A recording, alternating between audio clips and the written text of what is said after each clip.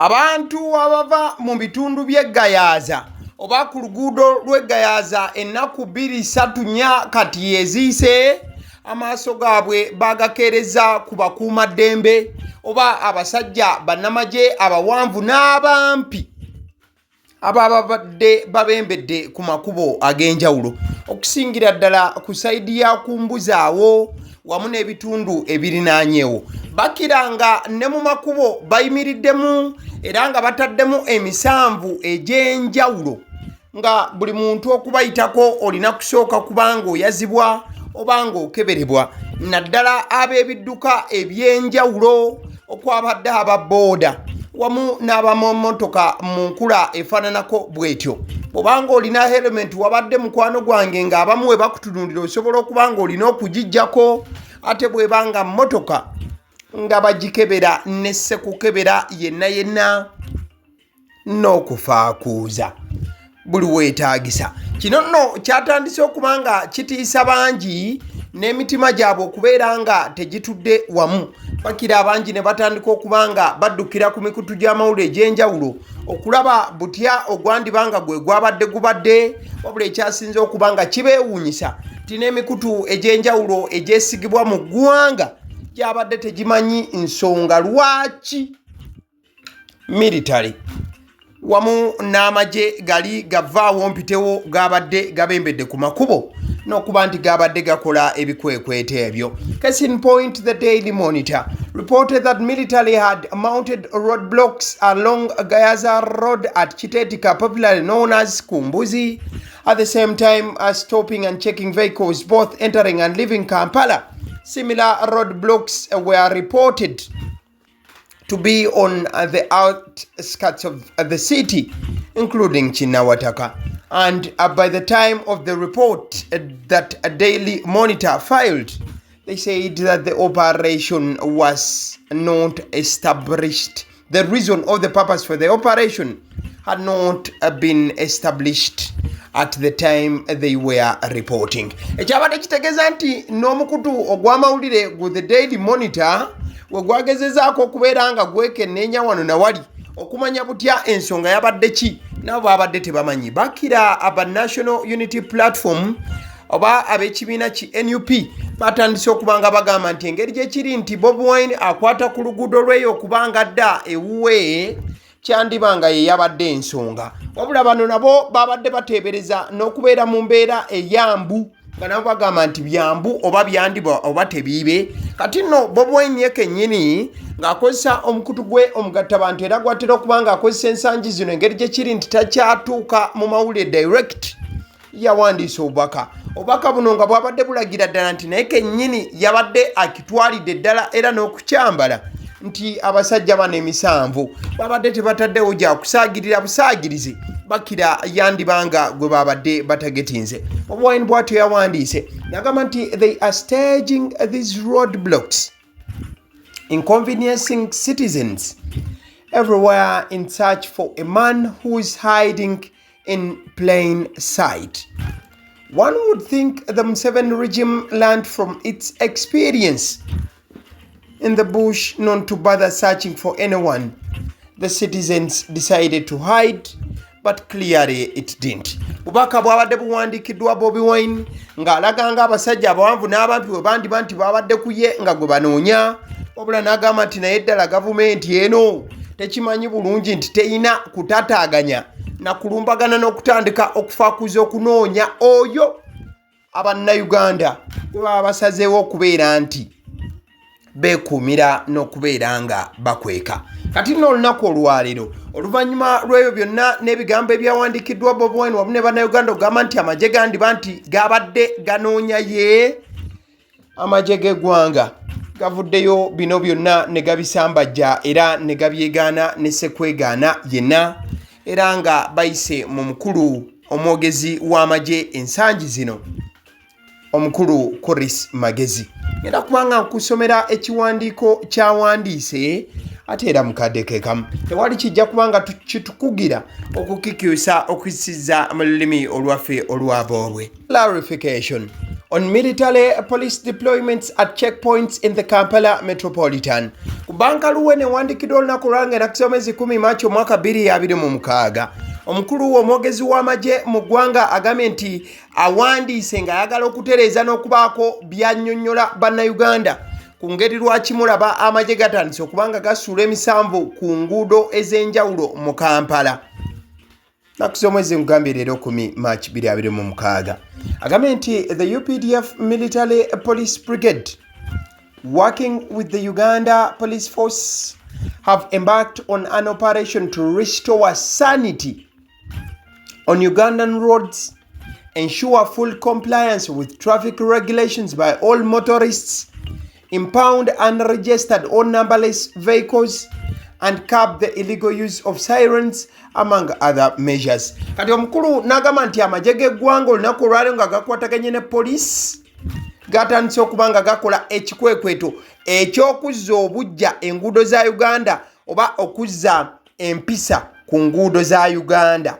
Era mbu bakikoze kubeera nga baagala okulaba nga abavuzi b'ebidduka bakola empisa ez'ekika ekya waggulu. Era bagamba nti ekikwekweto kino bo bakikoze kubanga bakwata ennamba ezitalina namba plate, okukwata abakozesa obubi eŋŋombe nga baziteekamu obugombe ng'obwa poliisi, nti n'ebintu ebirala ebigwa mu kkowe erifaananako bw'etyo. Gere maaso l'ebbaluwa y'omukulu. Agamba nti the operation was launched effective Monday 9th March 2026 and will proceed in force for as long as necessary. Ne bagamba nti operation eno bagitandise jjo ku Monday nga 9. Wabula ne bagamba nti bagenda kugikola okumala ebbanga eritali ggere, bagenda gikola paka we banalaba nga tekikyetaagisa. This is therefore to dismiss the insinuations from some quarters that the snap checkpoints mounted by the military and Uganda Police Traffic Corps is an effort to apprehend NUP leader Robert Kyagulanyi Ssentamu Bobi Wine. No one is looking for or interested in the NUP leader. Anagamba nti police evuddeyo oba amagye gavuddeyo kwogera ku bino olw'ensonga nti waliwo abantu abadde batandise okugamba nti Bobi Wine yanoonyezebwa. Kati police amagye ne gawandika ne gamba no one is looking for or interested in the NUP leader. Nagamba nti tewali anoonya ate tewali alina bwagazi mu kufuna mukulembeze wa NUP. Bw'atyo munnamagye omukulu Chris Magezi Kano bw'awandiise. Nagamba nti the aim of the police forces is to restore discipline, total observance of traffic regulations and curtail criminal activities by some motorists on the roads. Nagamba nti fe Bobi Wine tetunnamunoonyaako, twagala just kuzza mpisa ku nguudo, kulaba nga abavuzi bavuga mu kitiibwa nga tebakolaakola bintu bitagwanidde. Besides, the enforcement measures are not new and have been employed in the past to achieve similar objectives. Motorists, including motorcyclists, are urged to cooperate and comply with the military police and Uganda Traffic Police directives for the common good. Nagamba nti kati nasaba buli muntu kisi okozesa oluguudo abamagye we bakuyimiriza baba baagala okuba nti no bawuliziganya naawe towalira kakkana musobole okukwatagana. Nateekako omukono Kano Chris Magezi akolanga omwogezi w'amagye g'eggwanga. Bakira omukulu olumaze okubanga awandiika n'okwogera ebigambo bino. Joel Ssenyonyi avuddeyo nga mukambwe muko era nga mukaawu. N'addiza amagye bw'ati. The impromptu operations that we have seen, it is clear they are politically motivated. Each time security forces get an idea or some of the rumors which they call intelligence that maybe the Honorable Kyagulanyi is around this area and so on, you will see how heavily they will go in that direction, mount roadblocks and so on, hoping they will find him. Of course they will not find him because they are not as smart as they think they are. And as we have said, if they are interested in the man, summon him. They cannot pretend that, no, this is not about looking for him. So what are they still doing at his house? Because his house is like a barracks, it's a garrison. Why, if it's not him they are interested in him? If they are saying that this is just, trying to return sanity as far as traffic is concerned, you don't return sanity to traffic by searching every car. You're interested in, are they driving the right way? Do they have the required documents and so forth? But they open car boards, they ransack the cars. What are you looking for? That cannot be related to traffic. They stop every border and they say, people, remove your helmets. I thought your interest traffic-wise is to see that border riders are wearing helmets. So if he's wearing a helmet, you let him pass. But now, you say remove your helmet, I want to see who it is. How is that related to traffic? So, they will not try and confuse people. It is obvious what they are looking for. They will not get it. They will not find it. Kiri obvious tumanyi bulungi Amagye Geganye wabula berimba tebajja kubanga bamufuna. Bibadde bigambo bya Ssenyonyi. Ssenyonyi agambye nti Amagye galeke kulimba. Tukimanyi bulungi nti bye baliko bali ku byabufuzi. Wabula tebali mu kukola nga bwe bali mu kugamba. Era Ssenyonyi mu bigambo byagambye nti buli we bawulira nti Kyagulanyi ali wano nga batandika okubanga basuula emisanvu enkya n'eggulo. Ssenyonyi mu bigambo byayogedde agambye they are not as smart as they seem, nti si bagezi nga bwe basuubira nti bwe bali. Era n'agamba nti kati awa Amagye ne poliisi amagezi bwe bawulira nti mwami Robert Kyagulanyi Ssentamu bamwetaaga, at least bawandike ebbaluwa bamuyite mu butongole, wabula baleme kubeera nti bakola bwe bati. In fact ayogedde n'ekyokubeera nti mu maka ge bakyasiisiddeyo, n'agamba nti kati ekyo gwe kiba kikulaga ki? Mukateke kamu Ssenyonyi agamba tuwe babanga bagamba nti bali mu kutereeza trafiki, lwaki bakebera buli mmotoka ne bagibikkula ne bbuutu na buli wamu? Ddala okwo kubeera kutereeza trafiki nga we bagamba. N'ababuuza nti naye ddala basajja kike munoonya okutuuka n'okubeera nti ababooda bwe baba bavuga ate nabo mubayimiriza ne mukebera paka munda mu herementi zaabwe. Kati gwafanda nkubira ambuuza Kyagulanyiiko waapi? Nze naawe ani akola mu intelligence?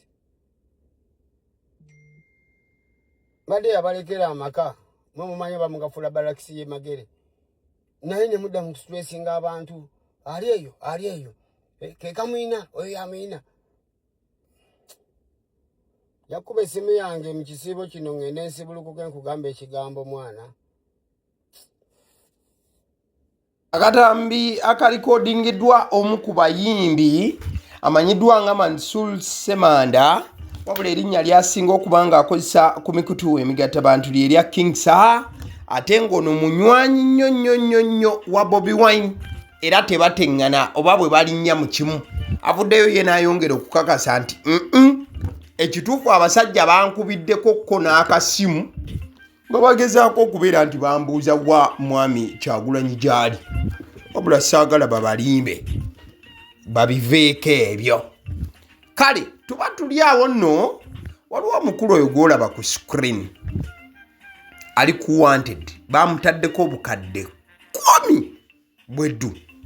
The Commissioner General Uganda Prison Service has put a bounty of 10 million Uganda shillings as a reward to anyone who provides reliable information leading to the arrest of murderer number 13544 Woda Anguyo Moses, the prime suspect in the recent fatal shooting incident at Uganda Government Prison Chibuga that left 4 people dead. All information provided will be treated with strict confidentiality. The numbers to call are toll-free 999 for police and 0800-144-144 for Uganda prisons. Or else report to the nearest police station. Bigambo bya mwogezi w'ekitongole ky'amakomera omukulu amanyiddwa nga Frank Baine Mayanja yavuddeyo n'ategeeza nga bwe bataddewo ekirabo kya bukadde bw'ensimbi za Uganda obukadde 10. Era oyo yonna amanyi ku mayitire g'omusajja oba musajja waabwe amanyiddwa nga Woda Anguyo Moses. Ono n'agambibwa okuba nti yatta abantu 4 oba abamu ku bakulu b'amakomera oba abakulu mu kkomera mu ggye erikuuma amakomera, abasirikale b'amakomera 4. Komera eryo erya Kiboga Government Prison watu yamala okuba nti abasasirira amasasi agabajja mu budde n'ayota omusubi. So the Uganda Prison Service has tabled a 10 million reward bounty for anyone who provides credible information that leads to the arrest of Wada Anguyo Moses, who is wanted over a deadly shooting at Chiboga Government Prison. The Commissioner General of Prisons, Johnson Byabashaija, in a statement, said the bounty would be given to anyone who helps security agencies locate the suspect. Anguyo, a prison warder under number 13544, is the prime suspect in a fatal shooting that left 4 people dead. Yabakiriza ekalanamo mu mbeera yali ey'olusaagiriro wabula ebintu ne bifuukira ddala bya ddala. Ale nzikiriza nkutegeeze ku bannaffe aba Honeybites bagamba nti bo omulimu gwe bakola gwa kukolera byakulya eby'abaana abadda ku masomero. Bwe tugamba abaana abadda ku masomero saabo bokka abadda ku masomero wabula n'ababeera ewaka balina package ey'ebyokulya eby'abaana mu line efaananako bwetyo. Gwe bakubire bukubizo bagambe njagala package y'ebyokulya by'abaana abali ku masomero oba abaana abalya ebyokulya. Balina ebyokulya yogera ku daddies, yogera ku binyeebwa, amawogola, yogera ku bagia, yogera ku cupcakes, yogera ku donuts. Osobola okubafuna ku 0709 787508 ate era mukadde ke kamu bw'oba oyagala ku pizza size yonna era namba y'emu. Ate era mukadde ke kamu bakola ne cake eza buli mukolo, babayita aba Honeybites. Njagala n'okutegeeza ku bannaffe aba Alson Painters UG, bano basiizi ba langi era nga balina obukugu mu kusiiga langi era bamanyi ne langi ki egenda ku kizimbe kyo era mu ruumu ki. Tebasobola kuddira langi yandigenze mu kisenge ate ne bagisiiga mu ddiiro ey'omu dining ne bagisiiga mu kinaabiro. Nedda, Alson Painters UG omulimu gw'okusiiga langi bagukugukira ddala. Basiiga ebizimbe okuviira ddala ku ruumu emu paka ku makalina n'amakalina. Gwe bakubire bukubizo bagambe nti Alson Painters UG namaliriza okuzimba ekizimbe kyange. In fact ne bw'oba olina ekizimbe nga kikadde nga olaba langi yakyo efaanana si bulungi, Alson Painters UG bazze kugonjoola nsonga eno. Bakubire ku 0705 193636 be bannaffe aba Alson Painters UG. Aba Sidi Omusunsuzi ly'erinnya eryange yenze aba Sidi Omusunsuzi. Yenze atuula emabega w'omuzindaalo buli lunaku era ly'eddoboozi ly'owuliriza ku mukutu guno aba Sidi Omusunsuzi ly'eddoboozi eryo era ng'omukutu kwoli gwe guno ogwagaliwo. Nagamba nti information yonna gy'olaba ku channel eno tetugattamu kintu kyonna ate tewali kye tutoolamu. Information nga bw'eba eyingiddewo ffe bwe tugikwata ne tugikuwa. Kati gwe omulabi n'osalawo ki eky'okukozesa information eyo. Kati ky'ogenda okukola mukwano gwange bw'oba omaliriza okulaba vidiyo eno, likinga, commentinga ki ky'olowooza, mukadde ke kamu subscribing bw'oba nga omukutu guno oli mupya. Ate era mukadde ke kamu sharingira mikwano gyo girabe vidiyo eno ate ne videos endala ku mukutu guno. Agaliwo YouTube channel, mwebale kutulaba.